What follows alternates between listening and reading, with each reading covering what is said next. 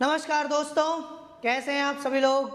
स्वागत है आप सभी का एक बार फिर से हमारे इस YouTube चैनल पर और मध्यकालीन भारत के इतिहास की हमारी इस सीरीज़ में, जिसमें इस समय हम लोग चर्चा कर रहे हैं गुलाम वंश के बारे में, है ना, ममलूक वंश के बारे में। और रजिया सुल्तान तक हम लोग चर्चा कर चुके हैं।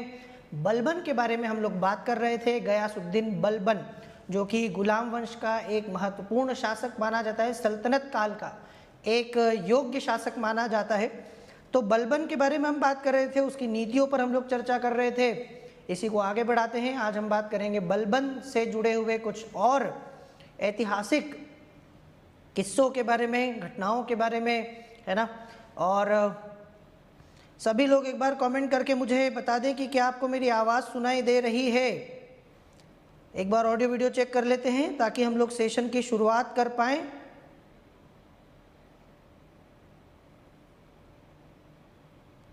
एक बार सभी लोग कमेंट करके मुझे बता दें कि क्या आप मेरी आवाज़ सुन पा रहे हैं। Am I Audible? सभी को नमस्ते, प्रणाम, जय हिंद। आवाज़ आ रही है? आराधना कुमारी, यस सर। और कोई जिसको आवाज़ नहीं सुनाई दे रही, ऐसा कोई? Plants with Nikhil, mister Jeetmal Banjara, संसार, भावना यादव, सुष्मिता शर्मा, सभी को नमस्ते, जय हिंद, प्रणाम। चलो, तो आवाज़ आपको मेरी सुनाई दे रही है। शुरुआत करते हैं आज के सेशन की। उम्मीद करता हूँ कि आप सभी ने सेशन को लाइक कर दिया होगा, और जिन बच्चों ने नहीं किया हो वे लोग भी सबसे पहले जल्दी से सेशन को लाइक कर दें, है ना। जिन जिन बच्चों ने अभी तक सेशन को लाइक नहीं किया है, भूल गए हो, रह गया हो, तो मैं आपको याद दिला देता हूँ, जल्दी से सेशन को लाइक कर दो, शेयर कर दो। यदि आपको लगता है कि इस शेयर करने से किसी का फ़ायदा हो सकता है, किसी के ये सेशन काम आ सकता है, तो इसको सेशन को शेयर भी कर दो। इस चैनल को सब्सक्राइब कर लो, यूपीएससी विद चंचल कुमार, ये जो हमारा चैनल है, अब जल्दी से 50,000 का सब्सक्राइबर्स का जो आंकड़ा है वो हमें तय करना है। हम लोग बहुत ही, ठीक है, कम जो है अब बचे हैं 50,000 में पूरे होने में, तो जल्दी से 50,000 सब्सक्राइबर्स को हमको जो है कंप्लीट कर लेना है। और बेल आइकॉन को हिट कर दीजिए। यदि आपको हमारी एप्लीकेशन डाउनलोड करनी है तो गूगल प्ले स्टोर पर आप कर सकते हैं, प्रतिज्ञा लर्निंग ऐप। प्रतिज्ञा लर्निंग ऐप को गूगल प्ले स्टोर से आप डाउनलोड कर सकते हैं। वहाँ आपको स्टडी मटेरियल, बहुत सारे नोट्स, पीडीएफ्स, एनसीईआरटीज, पुराने जो यूपीएससी के पेपर्स हैं, पीवाईक्यूज हैं, वो भी मिलेंगे। सब कुछ, टेस्ट सीरीज़ वगैरह सब कुछ आपको यहाँ मिलेगा। Free courses, free classes, paid courses, सब कुछ आपको यहाँ मिल जाएगा। और इस एप्लीकेशन को गूगल प्ले स्टोर से आप डाउनलोड कर लें। यदि आपने नहीं किया है तो ये हमारा टेलीग्राम चैनल है, UPSC with Chanchal Kumar, of course with the same name. इस टेलीग्राम चैनल को भी आप ज्वाइन कर सकते हैं। यदि आप हमारे साथ आगे भी जुड़े रहना चाहते हैं तो ये टेलीग्राम चैनल भी आप लोग ज्वाइन कर सकते हैं। करना ही चाहिए, क्योंकि यहाँ भी आपको बहुत ज़्यादा चीज़ें मिल जाती हैं। चलो, तो हम लोग बलबन के बारे में बात कर रहे थे। कुछ तो मैं आपको बता चुका था ना,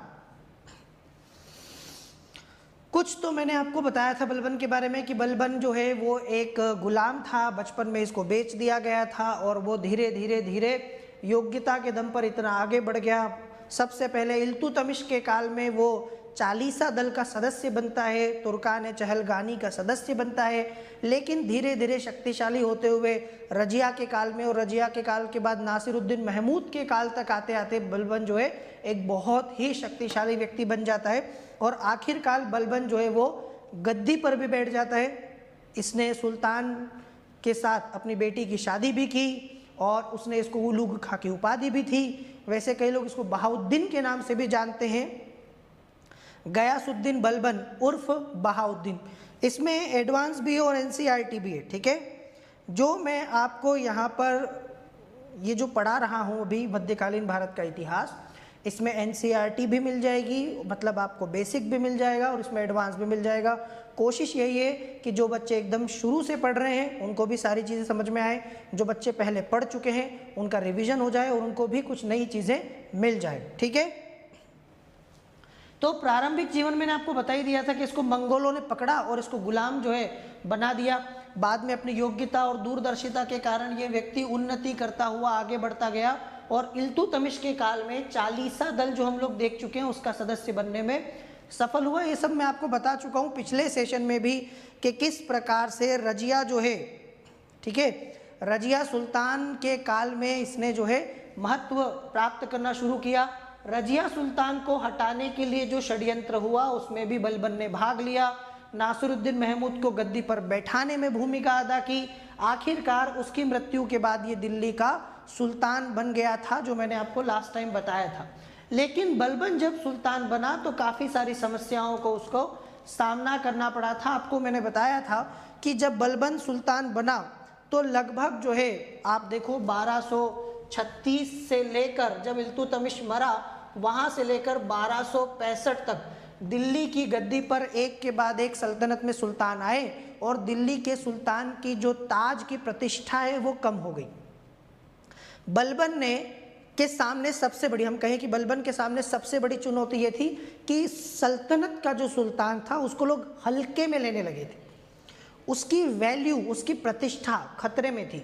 बलबन ने उस ताज की प्रतिष्ठा को वापस लेकर आया। क्लास रिकॉर्डेड नहीं है, क्लास लाइव है, ठीक है।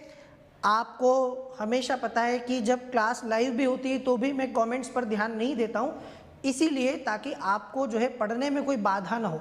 लिंक बीच में टूट जाती है जब कमेंट्स के ऊपर ध्यान देते हैं, उनका आंसर देते हैं, इसलिए मैं अपनी धुन में आपको पढ़ाता रहता हूँ और आप भी पढ़ते रहते हैं, ठीक है। तो आप इसको लाइव क्लास को रिकॉर्डेड क्लास की तरह ही समझिए, कोई दिक्कत नहीं। और हाँ, ये जो इल्तुतमिश के उत्तराधिकारी थे वो इतने निर्बल थे, इतने जो है अयोग्य थे कि उनकी वजह से जो ताज की प्रतिष्ठा थी, जो सल्तनत के सुल्तान का महत्व था, वो क्या हो गया था, वो कम हो गया था, ठीक है। चारों ओर अव्यवस्था का राज था। अब बलबन ने क्या किया, ताज की प्रतिष्ठा को फिर से स्थापित करने के लिए, लोगों के मन में फिर से सुल्तान का भय स्थापित करने के लिए कि सुल्तान को हल्के में लेने की, ठीक है, जरूरत नहीं है, इसीलिए उसने गद्दी पर बैठते ही सबसे पहला काम क्या किया, सबसे पहला काम जो बलबन करता है वो सुल्तान की हैसियत को फिर से स्थापित करता है, उसका महत्व, उसका डर, उसका भय, उसकी प्रतिष्ठा वापस लेके आता है कि सुल्तान जो है उसको हल्के में नहीं लेना है। तो क्या करता है, वो लोगों के साथ मिलना जुलना छोड़ देता है, सभी के साथ जो है वो उठना बैठना बंद कर देता है ना, अपने दरबारियों को अपने से अलग कर देता है। एक प्रकार से वो दिखाना चाहता है कि सुल्तान कोई मामूली इंसान नहीं है, वो सीधा ईश्वर का प्रतिनिधि है। उसने अपने आप को या सुल्तान को ईश्वर का प्रतिनिधि, परछाई बताया।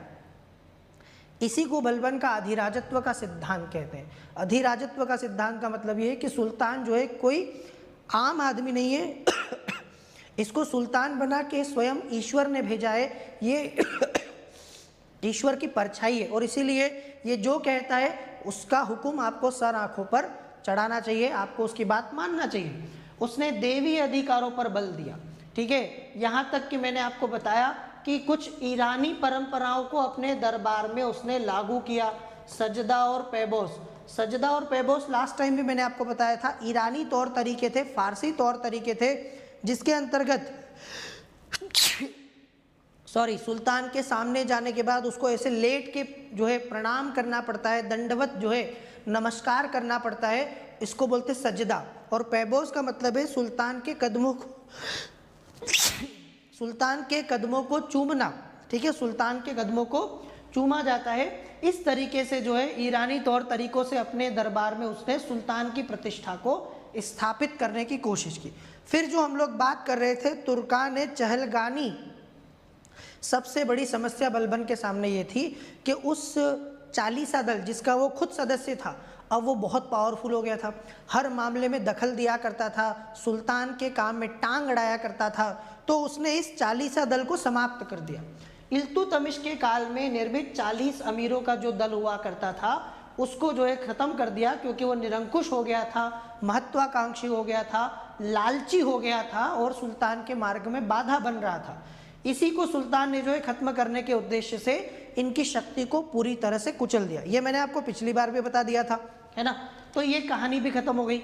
उसने फिर क्या किया, इन अमीरों को न सिर्फ ये 40 अमीरों के दल को खत्म कर दिया, बल्कि छोटे छोटे अपराध के लिए इनको कठोर दंड दिया। बलबन इतिहास में अपने न्याय के लिए भी जाना जाता है। उसने एक प्रकार से निष्पक्ष न्याय किया और कठोरता से दंड को लागू किया, ताकि आने वाली पीढ़ियां उसको याद करे, या वर्तमान पीढ़ी ये देखे कि देखो सुल्तान कितना निष्पक्ष है, कितना अच्छा न्याय करता है ना। क्योंकि जो जितना अच्छा न्याय करता है ना, उतनी उसके प्रति आस्था बढ़ती है लोगों की, है ना। आप सब जानते हैं कि भारत में वर्तमान में न्यायपालिका के ऊपर अभी भी लोगों का विश्वास है, आस्था है। इसीलिए क्योंकि कार्यपालिका और विधायिका से उन्हें न्याय की बहुत ज़्यादा उम्मीद नहीं बची है।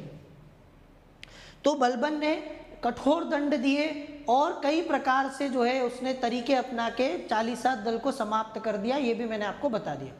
फिर मैंने आपको ये भी बताया कि बलबन ने जो है विद्रोहियों का दमन किया। उसने अपने विद्रोहियों के लिए जिस नीति को अपनाया उसे इतिहास में लौह एवं रक्त की नीति के नाम से जाना जाता है। ये नीति आपने सुनी होगी, लौह एवं रक्त की नीति। दरअसल इस नीति के द्वारा बलबन ने जो है अपने विद्रोहियों का कठोरता से दमन कर दिया। मतलब खून बहाना पड़े तो चाहे जितना भी खून बहाना पड़े, लेकिन विद्रोहियों को जो है नहीं रहने दिया जाएगा। तलवार के दम पे सारा के सारा शासन चला जाएगा, कठोरता के साथ, निर्दयता के साथ, निर्ममता के साथ चलाया जाएगा। यहाँ तक कि जो विद्रोही होते थे उन्हें मार दिया जाता था, उनको लटका दिया जाता था और उनके परिवार की स्त्रियों को, बच्चों को गुलाम बना लिया जाता था, दास बना लिया जाता था। और ऐसा उदाहरण पेश करने की कोशिश की जाती थी कि कल से कोई भी विद्रोही बनने की, उसके सामने आंख उठाने की कोशिश ना करे। दरअसल ये आतंक का राज, समझ रहे मेरी बात, ऐसा आतंक स्थापित करना कि कल से कोई भी जो है आपके सामने सर उठाने की वापस कोशिश नहीं करे। तो इसी को क्या कहेंगे, लौह रक्त की नीति। जैसे आपने देखा बिस्मार्क का नाम सुना होगा, इटली के एकीकरण में आपने सुना होगा। तो बिस्मार्क जो है ना, बिस्मार्क ने किस तरह की नीति अपनाई, बिस्मार्क ने भी लौह रक्त की तरह की नीति ही अपनाई, ठीक है। तो ये बिस्मार्क की तरह ही था और कठोरता पूर्वक उनका दमन किया गया। 1279 में बंगाल में तुगरिल खां बेग ने जो विद्रोह खड़ा किया था और उसने अपने नाम के सिक्के भी जारी कर दिए। बाद में बलबन ने सेना भेजी, उसको हराया और ये बलबन ने जो है उसके विद्रोह का अंततः दमन भी कर दिया। इस तरह से विद्रोहियों को जो है उसने एक के बाद एक हटा दिया। इस प्रकार से बलबन जो है वो अपनी जो ये नीति है रक्त और लोह की नीति, इसके द्वारा काफ़ी हद तक जो है उसने अपने विद्रोहियों का दमन कर दिया और एक जो है कठोर शासन की स्थापना करने में सफल रहा। समझ में आ गया।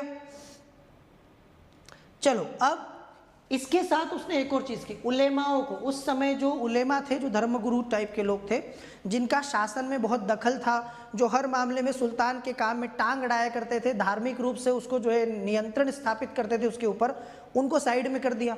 दरअसल उलेमाओं का राजनीति में बड़ा महत्व हुआ करता था और बलबन ने जो है इनके हस्तक्षेप को खत्म करने के लिए इनसे सलाह लेना बंद कर दिया। पहले ऐसा था कि शरीयत के हिसाब से, इस्लाम के हिसाब से शासन कैसा चलाया जाना है ये उलेमा तय करते थे। बलबन ने क्या किया, बलबन ने इनसे सलाह लेना बंद कर दिया ताकि इनका दखल बंद हो जाए। ये कोई भी काम सुल्तान को अपने मन से नहीं करने देते थे। तो इस चीज़ के लिए बलबन जाना जाता है कि उसने इन उलेमाओं के राजनीतिक हस्तक्षेप पर रोक लगा दी और धीरे धीरे इनको अलग कर दिया। अब हम बात करेंगे बलबन के राजत्व सिद्धांत। देखो जब बलबन की बात आती है ना, तो मैंने आपको बताया एक तो रक्त लोह की नीति पूछी जाती है, एक बलबन का अधिराजत्व का सिद्धांत पूछा जाता है। बलबन का जो अधिराजत्व का सिद्धांत है वो दरअसल एकदम सीधा सा है। जिन बच्चों को कुछ भी नहीं पता है मैं उनको भी समझा देता हूँ कि अधिराजत्व का सिद्धांत बलबन का दरअसल है क्या। अधिधन राजत्व से ये बना है। दरअसल ये एक ऐसा सिद्धांत है जिसमें बलबन अपने आप को देवताओं की परछाई साबित करने पर तुला है कि मैं जो है साक्षात देवताओं की, ऊपर वाले की, ईश्वर की, अल्लाह की परछाई हूँ और मैं जो है उनका प्रतिनिधि हूँ। जो भी मैं कर रहा हूँ वो मैं नहीं कर रहा हूँ, वो ऊपर वाला मुझसे करवा रहा है। मतलब आपका सुल्तान जो चाहता है वो मैं नहीं चाहता, वो ऊपर वाला चाहता है, इसलिए आपको उसकी बात मान लेनी चाहिए। दूसरी बात यह है कि आपका सुल्तान इतना पवित्र है, जब वो देवताओं का परछाई है, देवताओं का प्यारा है। जैसे आपने देखा ना, अशोक ने भी अपने आप को देवताओं का प्यारा कहा था, देवताओं का प्रिय कहा था।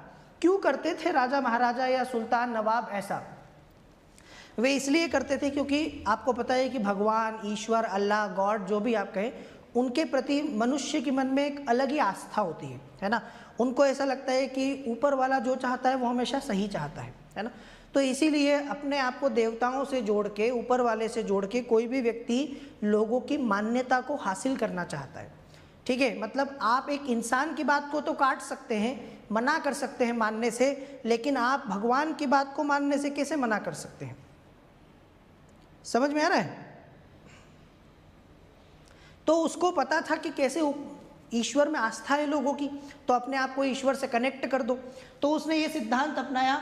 इससे तात्पर्य उन सिद्धांत, नीतियों, कार्यों से हैं जिन्हें सुल्तान अपनी प्रभुसत्ता, अधिकार और शक्ति को स्पष्ट करने के लिए अपनाता था कि भाई मैं जो कुछ भी कह रहा हूँ उस चीज़ को तुम चुपचाप मान लो। ठीक है।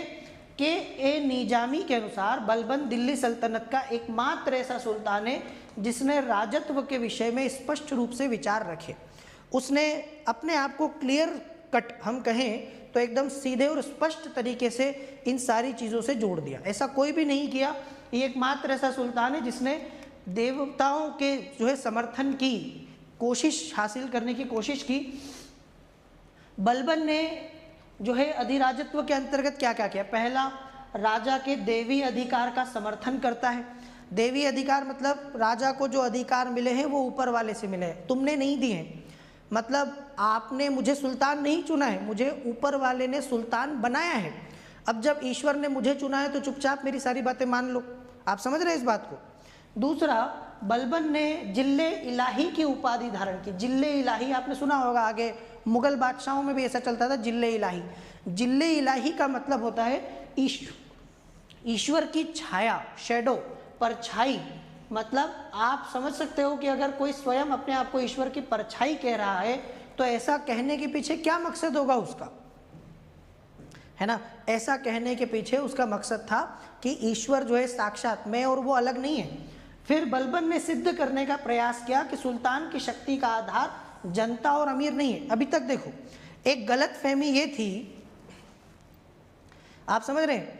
अभी तक एक गलत फहमी ये थी कि सुल्तान को कौन बना रहा है। सुल्तान को या तो अमीरों ने तय किया है कि कौन अगला सुल्तान होगा, या फिर किसी राजा, सुल्तान ने ही तय किया कि मेरे बाद अगला सुल्तान कौन होगा। रजिया के मामले ये काम जनता ने किया था। मैंने आपको बताया जनता ने तय किया कि रजिया सुल्तान बनेगी हमारी। तो ना तो जनता तय करती है ना ही अमीर तय करते हैं। मैं सुल्तान बना हूं तो ऊपर वाले की वजह से। आप समझ रहे मेरी बात? उसका कहना सीधा था कि सुल्तान की जो शक्ति है ना, उसका आधार, जैसे लोकतंत्र में सरकार की शक्ति का आधार कौन है? जनता है। जनता ही तो तय करती है कि अगली सरकार किसकी बनेगी, शक्ति किसके पास होगी। पर ये लोकतंत्र नहीं है, ये राजतंत्र है। और यहाँ आपकी शक्ति का आधार जनता नहीं है, यहाँ अमीर नहीं है, यहाँ ईश्वर है। कौन है? भगवान। और वो तय कर रहा है, इसीलिए उसने अपने आप को इस सिद्धांत से जोड़ दिया। ठीक है। अब एक समस्या ये थी कि कोई भी व्यक्ति, आपने देखा होगा कि जो उच्च कुल में लोग पैदा होते हैं ना, उनको सम्मान ज़्यादा मिलता है। इसके मुकाबले जो लोग थोड़े से नीचे कुल में पैदा होते हैं या ऐसा कोई वंश माना जाता है जो थोड़ा सा अच्छा नहीं है, तो उनको सम्मान कम मिलता है। बलबन ने सबसे पहले तो क्या किया? बलबन ने अपने आप को एक उच्च वंश से जोड़ा। एक तुर्क योद्धा था, ठीक है, आपने सुना होगा फिरदौसी का नाम। फिरदौसी की एक कृति थी शाहनामा। फिरदौसी की कृति शाहनामा में वर्णित एक तुर्क योद्धा आफरासियाब। आफरासियाब दरअसल एक महान तुर्क योद्धा माना जाता है, और बलबन ने अपने आप को आफरासियाब से जोड़ दिया।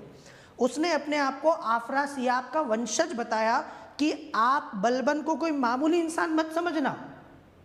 बलबन जो है ना, महान तुर्क योद्धा आफरासियाब का वंशज है, ठीक है, उनसे जुड़ा हुआ है। तो उसने अपने आप को फिरदौसी के शाहनामे वर्णित आफरासियाब का वंशज बताया और कुलीनता पर बल दिया। वो ये साबित करने में कभी कोई कसर नहीं छोड़ता था कि मैं जो हूँ, मैं बहुत उच्च कुल में पैदा हुआ हूँ, है ना।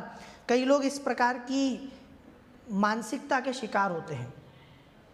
इसको आप कुछ भी नहीं कहेंगे, दरअसल ये मानसिक दिवालियापन कहा जा सकता है। मानसिक दिवालियापन मतलब ये मानना कि किसी बड़े कुल में पैदा हुए हैं तो एकदम शुद्ध हैं, अच्छे हैं, बढ़िया नस्ल के हैं, ठीक है, और अगर कोई व्यक्ति दूसरे कुल में पैदा हुआ है तो वो छोटा है, वो नीच है, वो हमसे कमज़ोर है, इस प्रकार की मानसिकता कोई व्यक्ति रखता है ना, तो इसको कुछ नहीं कहते, मानसिक दिवालियापन कहते हैं। दरअसल बलबन के साथ यही समस्या थी कि बलबन जो है ना, वो अपने आप को क्या करता था, उच्च कुल का साबित करने की कोशिश करता था। यहाँ तक कि अगर किसी को डाउट हो कि बलबन जो है वो उच्च कुल का नहीं है, तो उसने पता है इसको साबित करने के लिए ऐसा बोला, एक कथन उसके नाम से चलता है कि बलबन ऐसा कहता है कि मैं जब किसी नीच कुल में उत्पन्न हुए या छोटे कुल में उत्पन्न हुए व्यक्ति को देखता भी हूँ ना, तो मेरी आँखों की भौहें चढ़ जाती है, मेरी जो है नसें कपकपाने लगती हैं और जो है मेरा हाथ अपनी तलवार पर चला जाता है। मेरा मन करता है कि मैं उस व्यक्ति का सर धड़ से अलग कर दूं। ऐसा बोलने का सिर्फ यही मकसद था कि आप ये मान ले कि बलबन जो है वो एक बहुत ही उच्च कुल में पैदा हुआ व्यक्ति है और वो जो है वो कभी भी छोटे लोगों से मिल नहीं सकता। जैसे आपने देखा होगा ना कि कुछ लोग जो है ये साबित करने के लिए, आज भी बता दूं, ये साबित करने के लिए कि उनके पास खूब सारा पैसा है या वो बहुत अमीर हैं, शो ऑफ करते हैं, है ना। कहीं भी जाएंगे तो आम लोगों की तरह बैठने में, खाने पीने में, हर जगह नखरे दिखाते हैं। जानते हैं वो ऐसा क्यों करते हैं? वो ऐसा सिर्फ इसलिए दिखाते हैं ताकि आपको लगे कि अरे ये व्यक्ति जो है बहुत पैसे वाला है, ये बहुत संपन्न है, ये हमारी तरह नहीं है, ये कुलीन है। इस तरह की चीज़ें साबित करने की कोशिश आम तौर पर लोग करते हैं। आपने भी देखा होगा, कहीं रोड पर किसी ठेले से खाने में उनको शर्म आती है, कभी किसी छोटी होटल में, छोटे रेस्टोरेंट में जाकर खाने में उनको शर्म आती है ना। कहीं कपड़े अगर मान लीजिए कि ब्रांडेड ना हो, छोटी दुकान पर कपड़े लेने में, किसी छोटी मोहल्ले में जाने में, इस प्रकार से वो दिखाने की कोशिश करते हैं कि जैसे उनके साथ बहुत ज़्यादा अत्याचार किया जा रहा है ना। इस तरीके की चीज़ आपको मिल जाएगी। तो ये वैसे ही बलबन भी था, उसका ये कथन था कि जब भी मैं किसी निम्न कुल के व्यक्ति को देखता हूँ तो मेरा जो हाथ है वो मेरी तलवार पर चला जाता है और मेरा मन करता है कि मैं उसका सर धड़ से अलग कर दूं। आ गया समझ में? इस तरह की बात जो है बलबन करता है। अब उसने इसी चीज़ को आगे बढ़ाने के लिए क्या किया, जो मैंने आपको बताया, सजदा पैबोस की शुरुआत करवा दी, है ना। उसने अपने दरबारी वैभव की स्थापना को सबसे ज़्यादा महत्वपूर्ण समझा। उसका ये मानना था कि जितना सुल्तान की इमेज बड़ी होगी, लार्जर होगी, जितनी होगी उतना लोग उससे डरेंगे, उसकी बात मानेंगे और कोई उसके खिलाफ विद्रोह करने की सोच भी नहीं सकता। आ रहा है समझ में? इस तरह की मानसिकता के शिकार दुनिया में बहुत लोग हुए। हिटलर भी रहा है। हिटलर ने क्यों इतने सारे यहूदियों को मौत के घाट उतार दिया? क्योंकि हिटलर कुछ इसी प्रकार का, बलबन का ही जो है एक दूसरा प्रकार का वर्जन है। बलबन जिस प्रकार की सोच रखता है ना, ये जो गंदगी भरी हुई सोच बलबन की है, ये जो नस्लवादी सोच बलबन की है, यही सोच हिटलर की भी थी। हालांकि बलबन तो इसलिए ये सब किया ताकि लोग उसकी बात को माने, हिटलर का मामला अलग है। तो उसने अपने दरबारी वैभव को स्थापित किया, सजदा और पैबोस की शुरुआत की और ईरानी त्योहार नौरोज को मनाना, जैसे आपको पता है ईरानी नव वर्ष जब आता है तो नौरोज जो है फारसी त्योहार मनाया जाता है, उसकी शुरुआत उसने, ये पूछा भी जाता है कई बार कि किस सुल्तान ने सल्तनत के नौरोज को, ठीक है, तो नौरोज ही नहीं, जितनी भी ईरानी परंपराएं, सजदा, पैबोस, वो भी बलबन ने शुरू की, ठीक है, बलबन ने ही नौरोज की शुरुआत की और ये सारा काम बलबन के अधिराजत्व के सिद्धांत से जुड़ा हुआ है। अब अगली चीज जिसके लिए बलबन जाना जाता है, अभी तक हमने क्या देखा, बलबन न्याय के लिए जाना जाता है, बलबन कठोरता से अपने विद्रोहियों का दमन करने के लिए जाना जाता है, बलबन जो है वो अधिराजत्व के सिद्धांत के लिए जाना जाता है, ठीक है, सजदा पैबोस के लिए जाना जाता है। परंतु बलबन इससे आगे भी है। बलबन को एक श्रेय और दिया जाता है सल्तनत काल में, सेना का उसने जो संगठन किया। उस काल में भारत के ऊपर मंगोलों के आक्रमण का बहुत ज़्यादा भय था। वो मंगोल जिन्होंने पूरी दुनिया में आतंक मचा के रखा था, खास करके मध्य एशिया, पश्चिम एशिया का काफ़ी बड़ा इलाका वो जीत चुके थे और भारत पर भी मंगोल आक्रमण का भय लगातार चल रहा था। इस बात से बलबन परिचित था। ठीक है, उसे पता था कि आज नहीं तो मंगोल भारत पर भी आक्रमण करेंगे, तो उसने उसके लिए एक योजना बनाई। उसने क्या किया, जो उत्तर पश्चिमी इलाका था, आप समझ रहे हैं, जहाँ से मंगोलों का आक्रमण हो सकता था, उस पूरे इलाके पर उसने जो है बहुत सारे किलों की दीवार बना दी। जगह जगह पर उसने जो है किले बनवाए, मजबूत किले बनवाए, और उन किलों में योग्य जो है सेनापतियों को रखा, योद्धाओं को रखा, बड़ी बड़ी सेनाओं को रखा, और उसने एक प्रकार से भारत के उत्तर पश्चिमी इलाके में एक दुर्ग की दीवार बना दी और भारत को जो है सुरक्षित किया। तो उसने सेना का, ठीक है, संगठन भी किया, उसकी ओर ध्यान दिया। पहले तुर्की सैनिकों को सेवा के बदले जागीर देने की परंपरा थी, आपको पता है, हम सब जानते हैं, जिसे इक्ता कहा जाता था। इक्ता, इक्ता क्या था? इक्ता दरअसल सैनिक ने जो सेवा की, उस सेवा के बदले में उसको दिया गया पारिश्रमिक हुआ करता था, जो भूमि के बदले रूप में हुआ करता, जागीर के रूप में हुआ करता था। तो पहले ये सब प्रथा थी, जिस कारण अधिकांश भूमि बूढ़े सैनिक, विधवा और नाबालिगों के अधिकार में थी। कुछ सैनिक जो रिटायर हो गए तो कुछ उनके पास थी, कुछ उनके मरने के बाद उनके बच्चों के पास, उनकी विधवाओं के पास थी। बलबन ने इन लोगों के जीवित रहने तक इनका अधिकार मान्य किया और मृत्यु के बाद ये भूमि जो है राज्य को वापस मिल गई, ऐसी व्यवस्था कर दी। समझ में ही आपको मेरी बात आ रहा है, समझ में कि नहीं आ रहा है? क्या होता था, एक सैनिक है, अब सैनिक मान लीजिए कि वो इतना जो है सेना में मेहनत कर रहा है, सेवा दे रहा है, अपनी जान की बाजी लगा रहा है, तो उस सैनिक को क्या दिया जाता था? उस समय कोई नगद वेतन नहीं दिया जाता था, जैसे आजकल होता ना सैलरी नहीं होती थी, उसकी जगह उसको कोई भूमि दे दी जाती थी। उसी भूमि से उसका परिवार चल जाता था, उसी भूमि पर खेती वेती करके उसको आय हुआ करती थी। इसको इक्ता कहा जाता है, आपने सुना होगा। अब क्या होता था, सैनिक जब मर जाता था या सैनिक रिटायर हो जाता था तो वो सेवा तो बंद हो गई, लेकिन वो भूमि जो है वो सैनिक के पास रह गई। वो सैनिक बूढ़ा हो गया तो वो उसके ऊपर खेती कर रहा है, सैनिक मर गया तो उसकी विधवा के पास है, विधवा मर गई तो उसके बाद उसका बच्चा है। तो ऐसी कई सारी भूमि थी जो सैनिकों की विधवाओं के पास, उनके बच्चों के पास, बूढ़े सैनिकों के पास हुआ करती थी, परंतु राज्य को इससे कोई फायदा नहीं था। अब बलबन ने एक नियम बनाया। नियम ये बनाया कि जब तक तुम सेवा में हो तब तक तो तुम्हारे पास भूमि रहेगी, जिस दिन तुम रिटायर हो जाओगे, जिस दिन तुम सेवा से चले गए, उस दिन वो भूमि जो है राज्य को वापस मिल जाएगी। ठीक है, मतलब जब तक जीवित रहोगे, जब तक तुम जीवित रहोगे, सेवा में नहीं, जीवित रहोगे, तब तक तुम्हारे पास रहेगी। मतलब तुम बुढ़ापे में भी उससे खा सकते हो, लेकिन जब जो है तुम मर जाओगे तो न तो तुम्हारी पत्नी को मिलेगी, न ही तुम्हारे बच्चों को मिलेगी, वो भूमि राज्य को वापस मिल जाएगी। तो ये इस तरीके से बलबन ने जो इसमें भी चेंज किया, क्योंकि बहुत सारी भूमि जो है राजा ऐसी चलेगी सल्तनत की। फिर सैनिकों की शक्ति में वृद्धि की, उनके वेतन बढ़ा दिए, ठीक है, और जो सैनिक बूढ़े हो गए या जो सेवा के लायक नहीं थे उनको रिटायर करना शुरू कर दिया, उनको मुक्त कर दिया। इस तरीके से जो है सेवा मुक्त करके, बलबन का ही मानना था कि सेना में जितने सैनिक नौजवान होंगे, मजबूत होंगे, उतना सेना मजबूत, और जितना सेना में बूढ़े लोग होंगे, जितने जो है उम्र दराज लोग होंगे, उतना सेना जो है कमज़ोर होगी। तो उसने छटनी कर दी एक प्रकार से सेना में। उसने दीवान ए आरिज नाम का एक व्यवस्थित सैन्य विभाग का गठन किया। ठीक है, ये आपको याद रखना है। इमादुल मुल्क को ये काम भी सौंपा। तो इस तरीके से एक नया विभाग बनाया गया, दीवान ए आरिज। और दीवान ए आरिज का जो काम था वो सैन्य विभाग से जुड़ा हुआ था, जो मुख्य रूप से सेना के संगठन को मजबूत करने के लिए था। अब बलबन ने सेना को मजबूत कर दिया। ये वो काल था जबकि एक मजबूत सेना ही किसी सुल्तान को गद्दी पर रहने के लिए काफ़ी नहीं थी। उस काल में सुल्तान के खिलाफ बहुत सारे विद्रोह हुआ करते थे, बहुत सारे षड्यंत्र हुआ करते थे।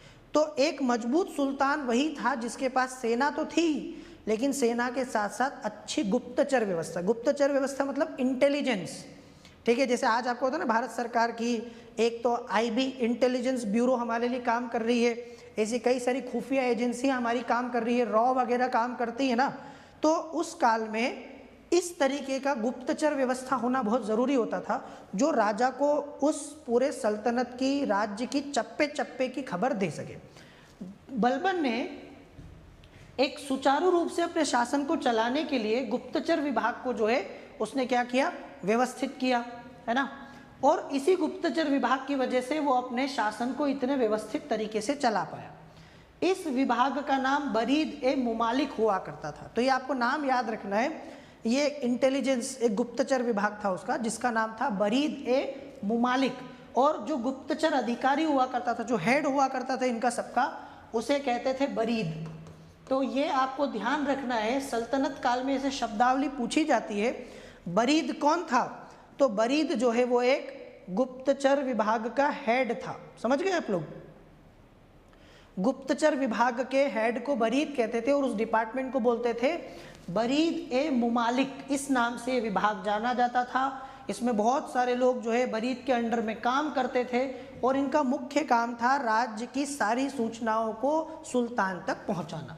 गुप्तचरों के द्वारा राज्य के महत्वपूर्ण समाचार सुल्तान के पास पहुंचते थे और जो गुप्तचर अपने कर्तव्य का पालन ठीक से नहीं करता था उसको कठोर दंड दिया जाता था। समझ गए? आ रहा है समझ में? इनको नगद वेतन मिलता था, सीधे सुल्तान के नियंत्रण में होते थे, क्योंकि ये एक प्रकार से सुल्तान के आंख कान हुआ करते थे, आंख और कान हुआ करते थे। इन्हीं के माध्यम से सुल्तान जो है सारी चीज़ों को देखा करता था और सारी सूचनाओं को जाना करता था। तो ये उनके आंख और कान की तरह थे। अब बात करते हैं न्याय व्यवस्था। तो मैंने आपको बता ही दिया कि बलबन जाना जाता है अपने कठोर न्याय के कारण। आगे समझ में? कठोर न्याय व्यवस्था बहुत कठोर थी, गैर पक्षपात पूर्ण थी। दरअसल बलबन के साथ एक बात ये थी कि वो किसी के पक्ष में भी कभी पक्षपात नहीं करता, किसी के फेवर में नहीं। उसको ये मालूम था कि अगर उसने कभी भी किसी का फेवर लिया तो उसकी जो इमेज है वो खराब होगी। वो दरअसल अपने आप को जनता के सामने एक प्रकार से कहते हैं ना कि निष्पक्ष न्याय का प्रतीक बनाना चाहता था। तो उसने ऐसा न्याय किया कि चाहे सामने कोई भी हो, बड़े से बड़ा अधिकारी हो, उसका खुद का सगा संबंधी हो, वो पक्षपात नहीं करता था। वो एकदम क्लियर कट न्याय करता था, एकदम निष्पक्ष तरीके से न्याय करता था और अपराधियों को बर्बरता पूर्वक दंड देता था। ठीक है? प्रमुख अपराधों से संबंधित मामलों का न्याय स्वयं करता था और उसके इस व्यवस्था का आधार थी उसकी नीति, जो मैंने आपको बताया, लौह एवं रक्त की नीति। ठीक है? जो कि खून बहाने पर टिकी हुई थी। इसके अंतर्गत विद्रोही व्यक्तियों की हत्या कर दी जाती थी और उनके स्त्री और बच्चों को गुलाम बना लिया जाता था, दास बना लिया जाता था। इस प्रकार की कठोर नीति के लिए बलबन जाना जाता है। हालांकि इसका एक अच्छा पक्ष ये भी था कि इसकी वजह से बहुत ज़्यादा विद्रोह नहीं होते थे और इसकी वजह से साम्राज्य जो है सुदृढ़ हुआ करता। बलबन के बारे में एक चीज़ जो आपको पता है कि बलबन जो है ना, भले ही कैसा भी था, उसने अपने साम्राज्य का विस्तार करने पे ज़्यादा जोर नहीं दिया। बलबन ने, जैसे कई लोग होते हैं ना जो विस्तार पर ज़्यादा जोर देते हैं कि भाई ज़्यादा से ज़्यादा बड़ा साम्राज्य होना चाहिए, उसने विस्तार की जगह सुदृढ़ता की नीति को अपनाया कि भाई जितना साम्राज्य है वो सुदृढ़ रहे, मजबूत रहे। ठीक है? बहुत बड़ा साम्राज्य स्थापित कर लो, संभल ही नहीं पा रहा है। एक इलाके के विद्रोह को दबाने गए तो दूसरे में विद्रोह हो गया, दूसरे को दबाने गए तो तीसरे में विद्रोह हो गया। पूरा जीवन विद्रोह को दबाने में ही हो जाएगा और पूरा शासन ढीला ढाला हो जाएगा। इसकी जगह उसने अपने साम्राज्य को सुदृढ़ करने पर ज़्यादा जोर दिया। अब बलबन की मृत्यु की बात करते हैं। बलबन के दो पुत्र थे, आपको पता होगा। एक शहजादा मोहम्मद, ये उसका बड़ा पुत्र था, ठीक है, मोहम्मद, और दूसरा पुत्र था बुगरा खां। दो पुत्र बलबन के माने जाते हैं। बड़ा वाला मोहम्मद था, छोटा वाला बुगरा खां था। अब बलबन अपने बड़े पुत्र मोहम्मद से बड़ा प्रेम करता था और बहुत योग्य भी मानता था उसको, और क्लियर था कि मेरा उत्तराधिकारी मेरे बाद मोहम्मद बनेगा, शहजादा मोहम्मद। लेकिन होनी को कुछ और मंजूर था। शहजादा मोहम्मद जो है वो मंगोलों के साथ लड़ते हुए मारा जाता है। ठीक है? मंगोलों की एक अच्छी खासी बड़ी सेना उसको घेर लेती है और युद्ध करते हुए उसका बड़ा बेटा जो उसको बहुत प्रिय था, जो उसका उत्तराधिकारी होने वाला था, वो मारा गया। अब इसके दो प्रभाव हुए। पहला, एक तो उसकी मौत का बलबन को बहुत गहरा सदमा लगा। बुढ़ापे में, एक बहुत ज़्यादा जब व्यक्ति की एज हो जाती है ना, बलबन 80 वर्ष का था और जब उसका बेटा मर गया तो सोचो उस समय उस एज में अपने प्रिय पुत्र को खोने का सदमा, एक तो वैसे ही दिन कम है, वैसे ही बुढ़ापा चल रहा है, वैसे ही शरीर कमज़ोर हो गया है, तो ऐसा सदमा इंसान सह नहीं पाता है। तो बलबन जो है वो इस बड़े बेटे की मौत का सदमा सहन नहीं कर पाता है और जो है उसके बड़े बेटे के गम में ही मर गया। ऐसा माना जाता है कि अपने बड़े बेटे के मौत के गम में जो है वो दुनिया से चला जाता है। दूसरी समस्या आ गई उत्तराधिकारी की। जो दूसरी बात थी कि मोहम्मद मर गया तो फिर कौन बनेगा, तो उसने बुगरा खां को बनाने की कोशिश की। अब जब एक बेटा मर गया तो दूसरे बेटे का नंबर आ गया। अब आप देखोगे एक इंटरेस्टिंग सी बात मैं आपको यहाँ पर बताता हूँ। आपने इतिहास देखा होगा कि जब गद्दी पाने के लिए भाई भाई आपस में लड़े, पिता पुत्र आपस में लड़े और सुल्तान बनने के लिए, राजा बनने के लिए, नवाब बनने के लिए या बादशाह बनने के लिए लोग मरे हैं। यहाँ एक अनोखी चीज़ हुई, और अनोखी चीज़ पता है आपको क्या हुई कि जब एक बेटा मर गया तो दूसरा बेटा तो खुश हो जाता कि अब तो मेरा नंबर है, मुझे सुल्तान बनाया जाएगा। तो इसको बुलाया जाता है बंगाल से बुगरा खां को कि भाई तुम आओ और तुम अगले सुल्तान बन जाओ, गद्दी पर बैठ जाओ। उस गद्दी को जिसको पाने के लिए कई लोग आपस में जो है मरने कटने को तैयार हैं। पर ये भाई साहब इतने भोगी और विलासी थे कि इनको लगा कि मुझे नहीं बनना सुल्तान उल्तान, मैं खुश हूँ, मैं अपने ऐशो आराम की ज़िंदगी जी रहा हूँ सुल्तान बन के, और फालतू का टेंशन कौन पाले। तो आप सोचिए कि ऐसा भी कि दुनिया में इस तरीके के भी लोग हुए। कहते हैं ना शौक बड़ी चीज़ है, हमारे ऐसा बोला जाता है शौक बड़ी चीज़ है। तो इस व्यक्ति ने अपने गद्दी को भी ठुकरा दिया, सिंहासन को ठुकरा दिया अपने ऐशो आराम के लिए कि मुझे तो आराम चाहिए। मतलब ये वैसा है कि सरकार किसी को ऑफर करे कि तुम IAS बन जाओ, ठीक है, तुम यहाँ के कलेक्टर बन जाओ, और वो व्यक्ति मना कर दे कि नहीं मुझे तो कलेक्टर बनने में कोई इंटरेस्ट नहीं है क्योंकि मुझे आराम की ज़िंदगी पसंद है। कलेक्टर बनेगा तो दौड़ना पड़ेगा, यहाँ से वहाँ काम करना पड़ेगा बहुत सारा, मैं खुश हूँ अपनी ज़िंदगी में। तो ये कुछ इस तरीके का व्यक्ति था। अब समस्या हो गई, एक बेटा मर गया और दूसरे बेटे ने शासक बनने से मना कर दिया। अब बताओ, अब ऐसी स्थिति में बलबन को अपने पोते की तरफ जाना पड़ा क्योंकि दो ही बेटे थे। तो इस मोहम्मद का जो बेटा था, उसका जो पोता था, उसने अपने पोते को उत्तराधिकारी घोषित कर दिया। ठीक है, अब वो अलग बात है कि वो भी नहीं बन पाया। देखो, तो बलबन की मृत्यु हुई 1286 में, लगभग 80 वर्ष की आयु में वो मर गया। और ऐसा माना जाता है, जो मैंने आपको बताया, कि अपने बड़े बेटे शहजादे मोहम्मद की मृत्यु का उसके स्वास्थ्य पर गहरा प्रभाव पड़ा। वो इस सदमे को सहन नहीं कर पाया और वो मर गया। अब इतिहासकार बर्नी का नाम आपने सुना होगा, जियाउद्दीन बर्नी, है ना। तो जियाउद्दीन बर्नी ऐसा कहता है कि बलबन जब मरा तो बहुत सारे लोग जो है दुखी हुए, बहुत दुखी हुए। बलबन की मृत्यु से दुखी हुए मलिकों ने अपने कपड़े वस्त्र तक फाड़ डाले, सुल्तान के शव को नंगे पांव कब्रिस्तान ले जाते समय अपने सिर पर धूल फेंकी और 40 दिन का उपवास किया। यहाँ तक वो कहता है कि इसके मरने का इसके राज्य के कुछ लोगों को इतना दुख हुआ कि उन्होंने लगभग 1.5 महीने तक उपवास किया इसके मरने के बाद। अब हो सकता है कि सही भी हो, गलत भी हो, ऐसा कोई हमें साबित करने की ज़रूरत नहीं है, कोई मतलब नहीं है इस बात का बहुत ज़्यादा। हाँ, इससे बस इतना समझ में आ सकता है कि सुल्तान को काफ़ी लोग बहुत प्रेम करते थे। हालांकि बलबन जिस तरीके की नीति अपनाया, जिस तरीके का वो व्यक्ति था, उसको बहुत लोग पसंद नहीं करते होंगे क्योंकि ऐसे सख्त लोगों को बहुत ज़्यादा पसंद नहीं किया जाता, है ना। लेकिन फिर भी अगर ऐसा है तो अच्छी बात है कि सुल्तान की जो पॉपुलैरिटी थी बहुत ज़्यादा थी, है ना।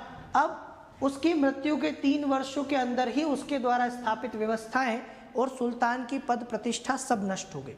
जो इतनी मेहनत से उसने ताज की प्रतिष्ठा को, सुल्तान की प्रतिष्ठा को स्थापित किया, समझ रहे हो आप, इतनी मेहनत से बलबन ने ये सारा साम्राज्य बनाया, सब कुछ किया, है ना, और ये सारी व्यवस्थाएं जो है वो खत्म हो गई।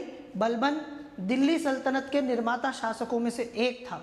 उसने सल्तनत को स्थायित्व प्रदान किया, आंतरिक प्रशासन की व्यवस्था को सुदृढ़ किया, और फिर भी वो अपने उत्तराधिकारियों के लिए जो है कुछ नहीं कर पाया। तो इस तरीके से बलबन की मृत्यु हो गई।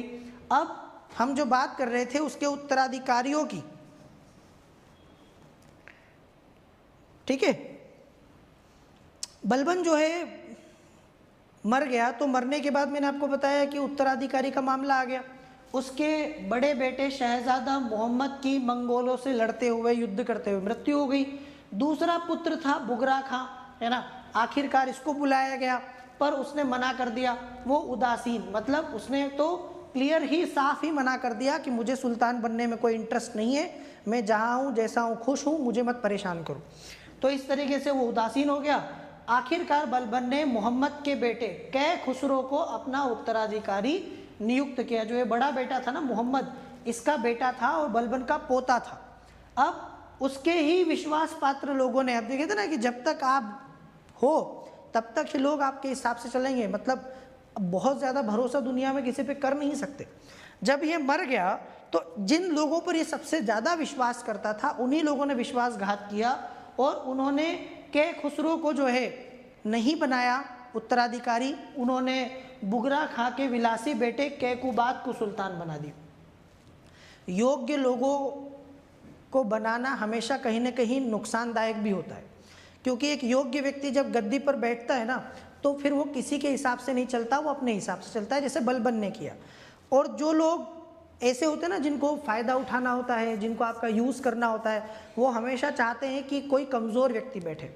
अगर योग्य व्यक्ति बैठेगा तो उनका फ़ायदा कैसे होगा? जैसे बलबन ने 40 दल को ख़त्म कर दिया, ऐसे ही योग्य व्यक्ति यही करता है। तो उन्होंने कै खुसरो को नहीं बनाया, बल्कि जो बुगरा खां का बेटा था वो भी बाप की तरह, अपने पिता की तरह विलासी था, कैकुबाद को जो है अगला सुल्तान बना दिया। तो बलबन का उत्तराधिकारी कौन हुआ? उसके छोटे बेटे का बेटा कैकुबाद। ठीक है, कै खुसरो की हत्या करवा दी गई और उसके बाद जो है फिर वही शुरू हो गया जो पहले हो रहा था। बलबन के पहले जो लड़ाई हो रही थी ना गद्दी को लेकर, जो हमने देखा कि ताज की प्रतिष्ठा मिट्टी में मिल गई थी, एक के बाद एक सुल्तान बैठ रहे थे, वही होने लगा। फिर से जो है अमीर वर्ग आपस में संघर्ष करने लगे और कैकुबाद जो है उसको एक सामान्य तुर्क मलिक फिरोज खिलजी, जिसको आप लोग जलालुद्दीन खिलजी के नाम से जानते हो, उसको मार के यमुना में फिकवा दिया। अब जब मामला इतना कमज़ोर पड़ गया कि सुल्तान जो है वो अपने आप को बचा भी नहीं पाया, तो ऐसे में फिरोज खिलजी नाम के एक व्यक्ति ने उसको मार के यमुना नदी में फिकवा दिया।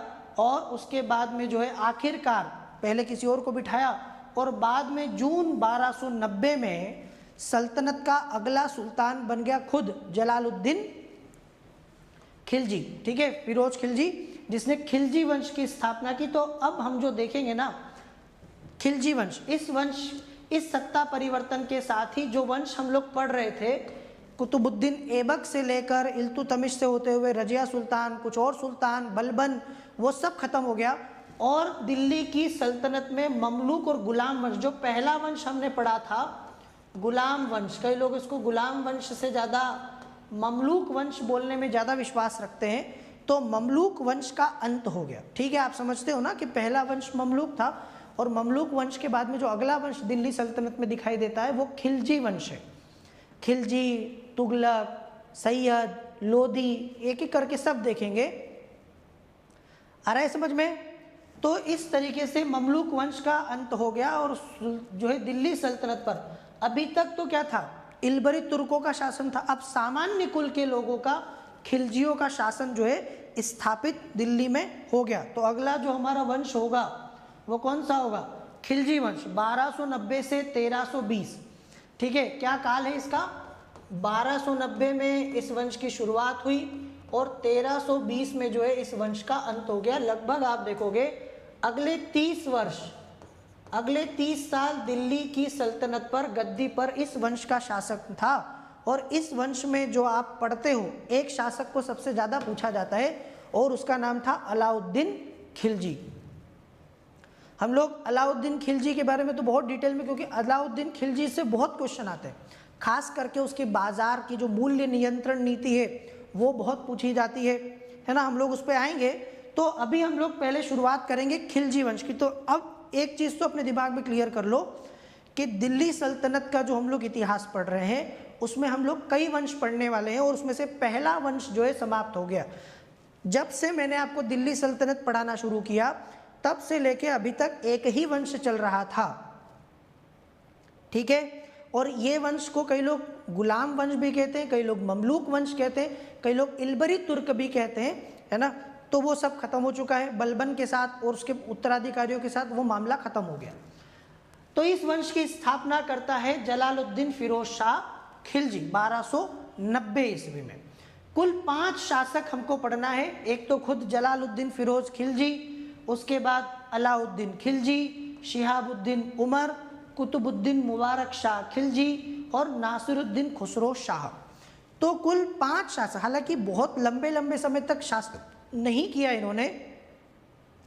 30 साल में से लगभग 20 साल तक तो अलाउद्दीन खिलजी का शासन था, है ना। 30 साल में से 20 साल तक तो शासन किया था। 1296 से 1316, 20 वर्ष तो कौन था? अलाउद्दीन खिलजी का ही शासन आएगा। मतलब बचे हुए 4 शासकों ने मात्र 10 साल तक शासन किया है। तो इसीलिए कह रहा हूं कि इस पूरे वंश में 5 शासक हैं और 5 में से एक ही शासक महत्वपूर्ण है, बाकी के 4 इतने ज्यादा इंपॉर्टेंट नहीं है। आ रहा है समझ में? तो 30 साल तक अगला हमारा खिलजी वंश चलने वाला है। इस काल की मुख्य विशेषता ये रही कि इस दौरान तत्कालीन भारतीय सामाजिक, आर्थिक एवं राजनीतिक संरचना में मूलभूत परिवर्तन हुए। इस वंश को एक क्रांति के तौर पर भी देखा जाता है। क्यों देखा जाता है वो आपको धीरे धीरे समझ में आ जाएगा, क्योंकि इस काल में बहुत कुछ हुआ जो आगे के लिए मिसाल बन गया, उसी को फॉलो किया गया, उसी को लगभग सभी ने छोटा मोटा परिवर्तन के साथ अपना लिया था। तो इसको हम लोग समझेंगे आगे। खिलजी क्रांति का सामान्य अर्थ है जाति और नस्ल आधारित शासन व्यवस्था की समाप्ति। अभी तक हम देख रहे थे कि जो शासन दिल्ली सल्तनत पर चल रहा था ना, वो अपने आप को बड़ा श्रेष्ठ समझता था, ठीक है, 30 मार का समझ रहा है, उच्च कुल का समझ रहा है, उसके दिमाग में नस्लवादी चीजें हैं, है ना। यहां तक भी कहा जाता है कि इस वंश के शासक जो है वो बलबन जैसे भी हुए हैं, जो कि नीचे किसी को पसंद ही नहीं करते, सामान्य मुसलमानों तक को पसंद नहीं करते। बात सिर्फ धार्मिक उसकी नहीं है, मुस्लिमों में भी इनको सिर्फ तुर्क मुस्लिम श्रेष्ठ दिखाई देते हैं। भारतीय मुस्लिमों की तो कोई वैल्यू ही नहीं थी, भारतीय मुसलमानों को तो ये तुच्छ समझते थे, यहाँ तक कि उनको अच्छे पद पर बैठाने से भी परहेज करते थे। तो एक जाति और नस्ल पर आधारित जो शासन था, इसी को जो है बलबन चरम पर लेके चला गया, पीक पर लेकर चला गया। अपने आप को आफरासियाब के वंश से जोड़ देता है, अधिराजत्व से जोड़ देता है, देवताओं की परछाई बता देता है, वो सब खत्म, ठीक है। साधारण लोगों का शासन यहाँ पर आ गया, क्योंकि अब उच्च समझे जाने वाले इल्बरी तुर्क के स्थान पर निम्न तुर्क खिलजियों ने सत्ता को संभाल लिया, ठीक है। तो अब यहाँ पर उच्च की जगह थोड़े से निम्न लोग जो है सत्ता में आए, और इसके कुछ अप्रत्यक्ष अर्थ भी हैं। क्या क्या हुआ? धर्म का राजनीति से अलगाव हुआ। ये सही है कि बलबन ने थोड़ा सा धर्म को नियंत्रित करने की कोशिश की राजनीति में, फिर भी गुलाम वंश की ये एक विशेषता है कि उस काल में धर्म का बहुत नियंत्रण था राजनीति में। इसका कारण ये है कि वो थोड़ा सा उच्चता को लेके चलते थे ना, तो वहाँ पर सारा काम जो है वो धर्म से ही चलता था, उलेमाओं का बड़ा नियंत्रण था। तो यहाँ धर्म का राजनीति से थोड़ा सा अलगाव दिखाई देता है। प्रतिभा और योग्यता के आधार पर अधिकारियों का चयन पहले होता था कुल के आधार पर।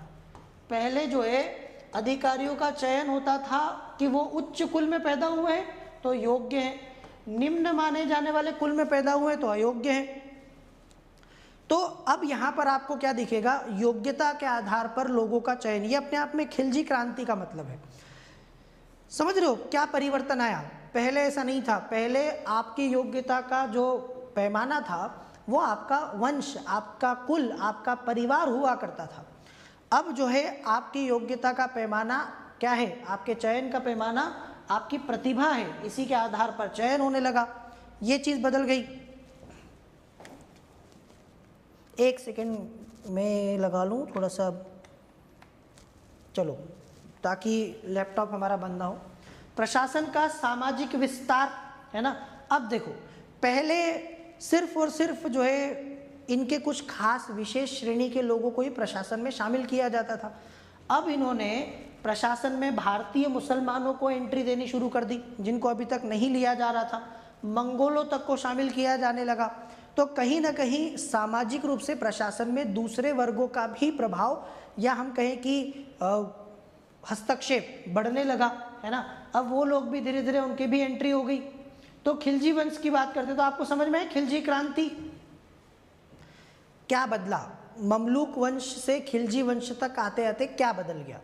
ममलूक वंश एक प्रकार से थोड़ा सा उच्च कुल तक सीमित था, ये सब तक चले गए, इन्होंने सभी लोगों को प्रशासन में शामिल किया, ठीक है। किसी को चयन का आधार योग्यता को बनाया, प्रतिभा को बनाया, कुल को नहीं बनाया। तो ये समझ में आ गया होगा आपको। तो इस वंश की शुरुआत करेंगे, पहला शासक है हमारा जलालुद्दीन फिरोज खिलजी, जो 1290 से 1296 6 साल तक आपको दिखाई देता है। और वो तो मैंने आपसे कही। अच्छा, और देखो अगर आप तो 1290 से लेकर 1316 तक सिर्फ 2 ही शासक हैं, जलालुद्दीन खिलजी, अलाउद्दीन खिलजी। मतलब बचे हुए 3 शासक मात्र 4 साल तक हैं। 4 सालों में बचे हुए 3 शासक आपके निकल जाएंगे। मतलब बहुत ज़्यादा कुछ भी नहीं है इसमें ऐसा, ठीक है। आ रहा है समझ में। खिलजी वंश का संस्थापक था फिरोज खिलजी, जिसने भारत में सत्ता स्थापना के बाद जलालुद्दीन की पदवी धारण की और इसका नाम हो गया जलालुद्दीन फिरोज खिलजी। अब वो तो काल था जब लोग अपने अपने हिसाब से उपाधियां या धारण कर लिया करते थे। जैसे बलबन ने जिल्ले इलाही की उपाधि धारण कर ली, इसने जलालुद्दीन की उपाधि धारण कर ली, पदवी धारण कर ली। खिलजी वंश के संस्थापक तुर्क थे। हालांकि इतिहासकार इस बात को लेकर जो है वो एक मत नहीं है, मतभेद है। अब हम इसकी शुरुआत करते कि कहाँ से शुरुआत होती। सुल्तान बनने के पहले जलालुद्दीन फिरोज खिलजी कहाँ था, क्या था, को क्या करता। जैसे कि मैंने आपको भी बताया कि इसने केकुबात को जो है मार के यमुना में फिकवा दिया। तो आखिर इस व्यक्ति की शुरुआत कहाँ से हुई और कैसे ये गद्दी तक पहुँचने में कामयाब हुआ, ठीक है। तो इसने बलबन के कार्यकाल में एक अच्छे सेना नायक के रूप में प्रसिद्धि को प्राप्त किया, है ना। एक बात तो है कि जब मंगोल आक्रमण की बात होती है तो मंगोल आक्रमण के समय में जिस व्यक्ति ने सबसे ज़्यादा उस समय अपनी प्रतिभा का लोहा मनवाया वो यही आदमी था। इसने कई अवसरों पर मंगोल आक्रमणकारियों का मुकाबला भी किया और सफलता प्राप्त की। मतलब जो मैंने आपको बताया ना कि उस समय का सबसे बड़ा खतरा अगर किसी के सुल्तान के सामने था तो वो मंगोलों का ही था। और जब मैंने आपसे कहा कि लगभग सभी जगह से इस्लाम के शासन को समाप्त करके मंगोलों ने वहाँ अधिकार कर लिया, तो एकमात्र दिल्ली सल्तनत ऐसा आशा का दीपक थी जो कि इस्लाम के शासन को बरकरार रखे हुए थी। कहीं ना कहीं ये पूरे इस्लाम जगत के लिए एक मिसाल के तौर पर काम कर रही थी। पर इसको भी डर था, ठीक है, हमेशा मंगोल आक्रमण का भय था, क्योंकि उस समय मंगोल किसी के रुक रहे थे। ऐसे में बलबन, मैंने आपको बताया, उसने बहुत भली भांति प्रकार से मंगोल आक्रमण से अपनी रक्षा की सल्तनत की। उसमें इस व्यक्ति ने उसका बड़ा साथ दिया, ठीक है। फिरोज खिलजी ने कई बार इन आक्रमणकारियों से मुकाबला करके दिल्ली सल्तनत को बचाया और इसीलिए जो है इसका नाम काफ़ी ज़्यादा उठ गया। इसका राजनीतिक उत्कर्ष हुआ केकुबात के समय में। जब बलबन मर गया तो बलबन के मरने के बाद मैंने आपको बताया कि उसने केखुसरो को अपना उत्तराधिकारी नियुक्त किया, पर उसको नहीं बनाया, उसकी हत्या करवा दी, उसकी जगह केकुबात को बनाया। तो जो बुगरा खां का पुत्र केकुबात गद्दी पर बैठा, जो लगभग 4 साल तक गद्दी पर रहा, उस समय में ये एक प्रमुख आदमी धीरे धीरे बनने लगा। आपने देखा होगा फाइनल जीतने के पहले सेमीफाइनल जीतना पड़ता है, उसके पहले क्वार्टर फाइनल जीतना पड़ता है। ऐसा तो हो ही नहीं सकता कि कोई व्यक्ति सीधे ग्रुप स्टेज से फाइनल जीत जाएगा, है ना। तो आप हमेशा देखना कि जब भी कोई व्यक्ति सुल्तान बनता है, ऐसा व्यक्ति जो उत्तराधिकारी नहीं है, बाहर से आता है, आउटसाइडर आता है, तो वो व्यक्ति धीरे धीरे ऊपर उठता है। और जब वो सुल्तान बनता है या कोई राजा या नवाब बनता है तो उसके पहले वो काफ़ी बड़े पद तक पहुंच चुका होता है। मतलब उसकी भुजाएं सिंहासन तक तो ऑलरेडी आ चुकी हैं, बस औपचारिकता बची है। यही काम बलबन ने भी किया। बलबन कोई उत्तराधिकारी नहीं था ममलूक वंश में। गुलाम वंश से, ममलूक वंश से अगर आप देखो तो ना कोई वो रजिया का बेटा था, ना कोई रजिया का पति था, ना उसका कोई रजिया से लेना देना था। लेकिन बलबन धीरे धीरे शक्तिशाली होते होते गद्दी के पैरेलल जो है पावर रखने लगा था और आखिरकार उसने सुल्तान को हटा के खुद सुल्तान बन गया। यही काम आप देखोगे कि ये खिलजी भी कर रहा है। ये भी पहले एक सेनानायक है, लेकिन ये अब कैकुबात तक आते आते क्योंकि इसके बाद ये शासक बना, तो यहाँ तक आते आते ये भी काफ़ी शक्तिशाली हो चुका था, तभी तो ये शक्ति हासिल करने में कामयाब रहा। तो इसने जो है केकुबाद के समय इसको समाना का सूबेदार बना दिया गया और सर ए जहांदार के पद पर नियुक्त किया गया। अब देखो ये वैसा ही है कि आपने बिल्ली को दूध की रखवाली सौंप दी है, आपने उसको शाही अंगरक्षक बना लिया है, ठीक है, आपने उसको अपने बिल्कुल बगल में बैठा लिया है और अब उस व्यक्ति के मन में चोर आ गया तो क्या कीजिएगा? बात समझ में आ रही है? मैं तो आपको सिर्फ ये बोलना चाहता हूँ कि यदि आपको किसी पे भी विश्वास करिए ना तो बहुत सोच समझ के करिए। कभी भी किसी पर ऐसा विश्वास मत करिए कि बाद में आपको पछताना पड़े, है ना। लोगों को महत्व दीजिए, लोगों को अपनी सारी बातें बताइए, ठीक है। कई बार हम लोग अपने ऐसे राज भी कई लोगों को बता देते जो किसी को पता नहीं होते, विश्वास करके, और वही व्यक्ति आखिर में हमारा सबसे ज़्यादा नुकसान करता है। वो इसीलिए क्योंकि उस व्यक्ति के मन में कोई चोर आ जाता है, ठीक है। तो वैसी ही बात यहाँ भी हुआ कि आप जब किसी को इतना शक्तिशाली बना लेते हैं कि कल से वो आपकी जड़ों को खोद दे तो फिर तो नुकसान होना ही है, ठीक है। तो वो सरे जहांदार के पद पर नियुक्त हो गया, उसको शाइस्ता खां की उपाधि दी गई और धीरे धीरे जो है वो शक्तिशाली हो गया। 1290 में केकुबाद द्वारा निर्मित किलोखरी के महल में जलालुद्दीन ने अपना राज्याभिषेक करवाया और दिल्ली का सुल्तान बना। जब इसने सुल्तान को मार के यमुना में फिकवा दिया तो उसके बाद में ये अगला सुल्तान बन गया और इसी के समय जलालुद्दीन की आयु 70 वर्ष थी जब ये बना, ठीक है। मतलब ये ऑलरेडी बहुत उम्र दराज था, मतलब 70 वर्ष बहुत होते हैं। 70 वर्ष के समय में ये जो है ये 70 साल की उम्र में ये सुल्तान बना है और बहुत ज़्यादा बचा भी नहीं था इसका समय, ठीक है। अब ये तो है कि कैसे बना, है ना, कहाँ से उठा, कैसे आगे बढ़ा। अब हम बात करें कि बनने के बाद क्या किया। 1290 में जब ये सुल्तान बना तो स्वाभाविक सी बात है कि जब भी कोई व्यक्ति शासक बनता है तो उसके सामने दो ऑप्शन होते हैं। दो ऑप्शन कौन से? पहला कि पुराने शासक की नीतियों को आगे बढ़ाए, है ना, अगर वो अच्छी थी, उसको पसंद थी तो वो उनको आगे बढ़ाता है, और अगर वो उनको पसंद नहीं करता तो वो उन नीतियों को समाप्त करके नई नीति को अपनाता है। इतिहास में आपको दोनों उदाहरण मिल जाएंगे। कई सारे शासकों ने भले विद्रोह से चाहे कैसे भी गद्दी को हासिल किया, पर अगर पुराने वाले की नीतियाँ अच्छी लगी तो उनको आगे बढ़ाया, कंटिन्यू किया, नहीं अच्छी लगी तो ख़त्म करवा दी। भाई बहुत सारे लोग सेशन को लाइक नहीं किए, मुझे पता है अभी तक, और मैंने आपसे पहले ही बोल दिया है कि यदि आप सेशन देखें तो प्लीज़ थोड़ा सा सपोर्ट करें, सेशन को लाइक और शेयर ज़रूर करें, भूलना नहीं है ना। सेशन को देखें तो कम से कम एक चीज़ याद से करें, उसको लाइक ज़रूर करें। तो ये क्या किया, इसने बलबन की नीति को त्याग दिया। जिस तरह की नीति बलबन ने अपनाई थी, रक्त और लोह की नीति, बलबन को भले ही वो अच्छी लगी हो, उसको भले ही सूट की हो, लेकिन जलालुद्दीन फिरोज खिलजी को पसंद नहीं आई और उसने उस नीति को छोड़ के उदार नीति को अपनाया। ये पहला ऐसा शासक था मध्यकाल का जिसने जनता की इच्छा को शासन का आधार बनाया। एक प्रकार से आप देखें तो बलबन क्या था, बलबन निरंकुश था, बलबन स्वेच्छाचारी शासक था, उसको जो पसंद आता था वो करता था। और वैसे भी जिस तरीके का उसका चरित्र मैंने आपको बताया है, बलबन का चरित्र ऐसा था कि वो जनता से मिलना जुलना तक पसंद नहीं करता था, तो जनता की इच्छा का क्या सम्मान करेगा। तो बलबन ने बहुत ज़्यादा लोगों से पूछताछ करके काम नहीं किया, ठीक है। पर इस मामले में फिरोज खिलजी अलग है, ये खिलजी क्रांति है, ये पूरा अलग हो जाएगा मामला। देखो इसने जनता की इच्छा को, मतलब क्या चाहती है जनता, एक प्रकार से जैसे हमारे यहाँ लोकतंत्र में होता है ना कि जनता संप्रभु होती है, ठीक है, जनता माए बाप होती है, जनता की इच्छा सर आँखों पर रखी जाती है, क्योंकि पता है कि जनता जो है 2 मिनट में रोड पे ले आएगी। ऐसा कोई डर जलालुद्दीन फिरोज खिलजी को नहीं था। ये तो राजतंत्र था और गद्दी हासिल करने में कोई जनता ने तो उसकी मदद की नहीं, उसने साम दाम दंड भेद अपना के गद्दी को हासिल कर लिया।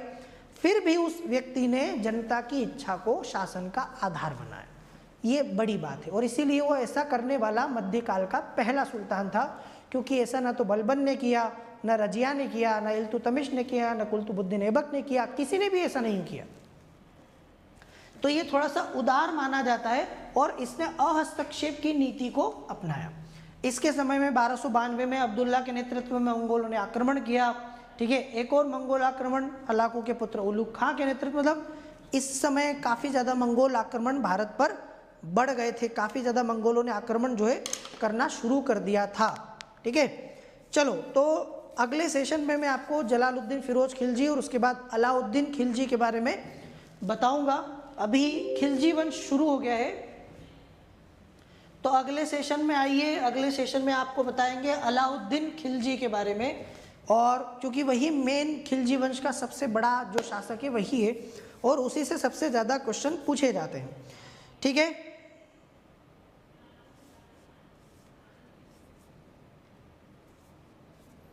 आ रहा है समझ में?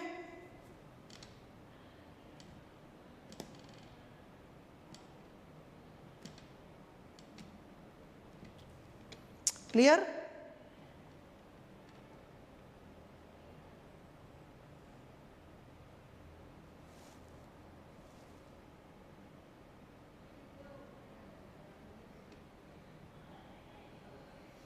चलो तो अगले सेशन में आपको अलाउद्दीन खिलजी के बारे में बताएंगे।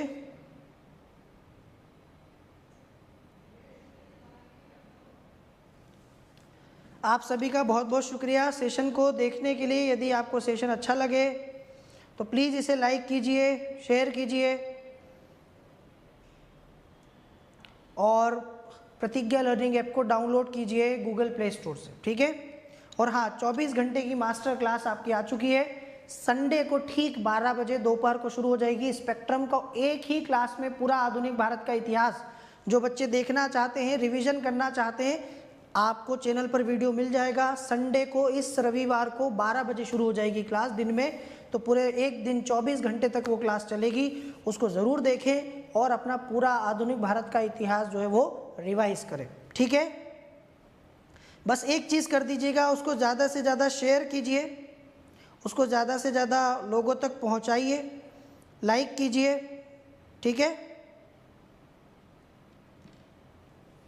चलो शुक्रिया, thank you very much, thanks for watching, take care, जय हिंद।